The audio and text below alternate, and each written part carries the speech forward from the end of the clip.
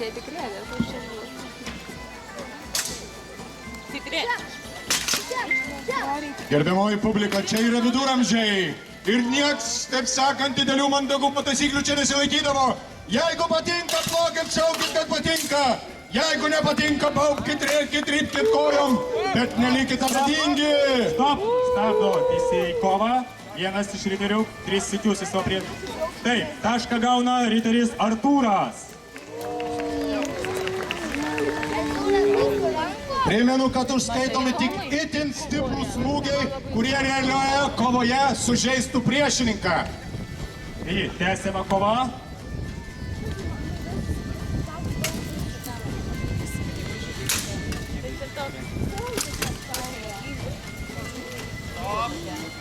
Stop, vėl stabdoma dvikova. Arenos teisėjas... Taip, arenos teisėjas leidžia tęsti kovą.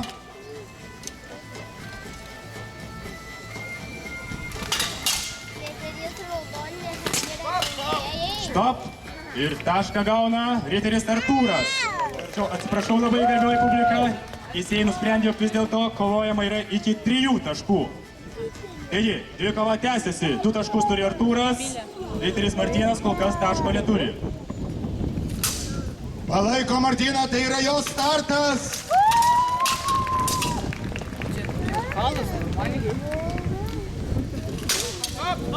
Stop. Vėl stabdoma kova. Taip, ir paskutinį pergalingą tašką pelno riteris Artūras.